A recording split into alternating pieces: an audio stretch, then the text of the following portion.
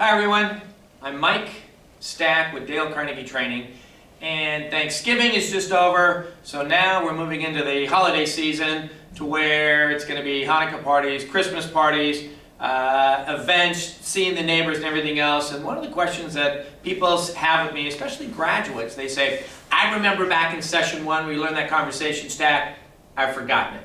So what we're going to do is we're going to go through and actually teach and relearn the Dale Carnegie conversation stack. And the idea here is how to be a better conversationalist. One of Dale Carnegie's principles, number 7, is be a good listener, encourage the other person to talk about themselves, and that's the idea of this whole tool. So this is a memory tool that ties in with how to be a better conversationalist. So the memory tool technique we're going to talk about is the linking or the stacking technique. Now I know what you're thinking. You're thinking, wow, Stack, Mike Stack, he invented it. Well, actually, my friend Dave Wright invented this tool, and we thought calling it writing would just confuse everyone, so we got to use my name. No? Get rid of that joke? Best I can come up with. So here's how the memory tool works. I'm going to describe a series of these objects. Get these in your mind's eye as crystal clear as possible. Now the first one, let me pick it up off the ground right here. It's a 4x6 welcome mat, and it has your name on the front printed in block letters. So the question is, what color is your name? So the more color we put into this conversation stack of these items, the easier it's going to be for us to remember. On top of the welcome mat with your name on it is a crusty leather work glove. So the kind that maybe has been sitting in your garage for a while, it's crusted like this. This is funny because branded across the palm is the letter B and the number 4. Tip of the index finger has been torn off. Coming out of that is a yardstick. And the yardstick is stuck into the foundation of a craftsman style house. Big front porch, swooping roof there. So here's my question, what color is the house?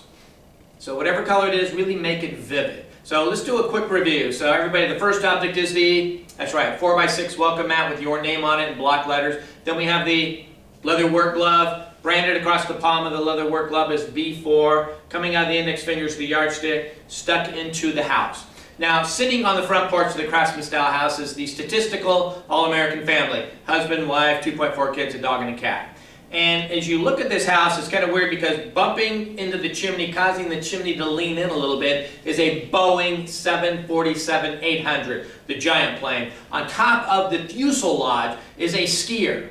Now, I know what you're thinking. You're thinking, Mike, how come the skier doesn't fall off? Well, jammed through the jacket of the skier is a football goalpost.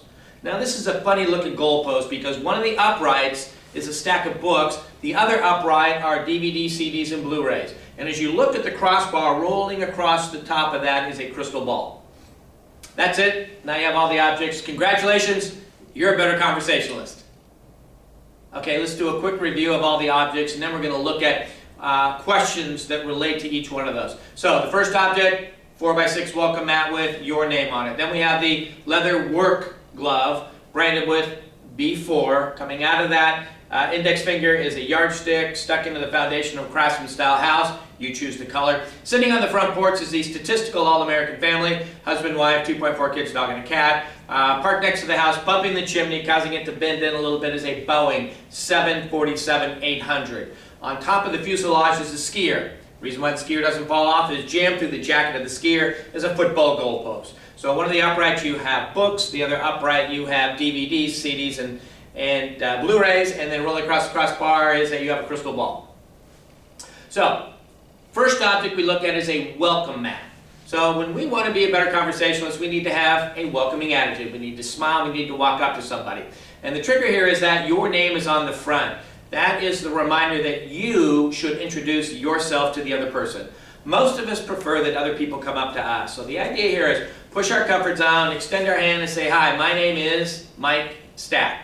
Now, unless you're one of the other 3 Mike Stacks that are in the Portland metropolitan area, don't use Mike Stack, use your name right here. So on top of that, and here's the thing, majority of the people are going to reciprocate, that other people want us to start the conversation. Then on top of that, you have the leather work glove. So questions about, what do you do? It's a very comfortable question that we have. And here's the example. Parents, when you go to pick up your child at your practice, whatever event they're at, and you're waiting for practice to finish, and there's another parent there, and after you get done talking about your kids on the soccer field, what's the very next question you ask them? It usually starts with the word so. So what do? It's a very comfortable thing. So after you've discussed what both of you do, then on the palm of the hand is before. There are questions related to, so what you do before that. And then the yardstick is for length. So how long have you been in that industry? How long have you been at that company? How long have you been doing that? And remember, we're talking in terms of the other person, and it happens to be their favorite subject. So that's why they're going to start to like us better. So the yardstick is stuck into the house. Now you can go down a couple of different avenues with the house one. So one is, where do you live? So what part of town do you live in? Or the other one can very well be, where you're originally from. Because there are times when we meet people who are from our own hometown, and it's really easy to get into an in-depth conversation about living wherever it was that we lived. So then on the front part you have the family. So questions related to, do you have children? What's going on? How big was the family that you grew up in? So you have the opportunity to really find out more about that other person. And particularly when you have kids that are as old as yours, how long can you talk? And that's a forever type of answer. Now here's the other thing, that those of you that with older kids, when somebody mentions how old their child is, how long can you tell horror stories about the age of what your kids did at that particular age? And you know what? You know you do that. All right, so parked next to the house is the Boeing 747, so questions related to travel. So again, does your work cause you to travel? Or where do you go on vacation? Where do you like to go? Where do you want to go? And so that way you're able to find out a little bit more about them. Then on the fuselage you have the skier, so related to what do you like to do recreationally. Now, if some of you took the Dale Carnegie course from me and it was in the spring or the summer, that object was a golfer. So I changed, I'm flexible here. So winter skier, summer golfer. So again, questions about what you like to do. Then you have the goalpost. So those are, what are some of the goals that you have? So again, depending on the in-depth conversation you have with this person, it might be, what are some of the goals you want to accomplish? Here we are moving into 2016. So what are some of the goals that you have for this next year? Maybe like take another Dale Carnegie training program. It's always a good one. Then you have, the upright. So on one of the uprights you have a stack of books. Now, here's where you want to use good human relations. So don't say, so, can you read? That would be rude, so that's not the kind of question you want. It's more of, what do you enjoy reading? What are the types of books that you like to read? Then you have the DVD, CDs, and Blu-rays. What kind of music do you like? What is it that, the movies that you like to go see? And then on the crystal ball is, what do you see for the future?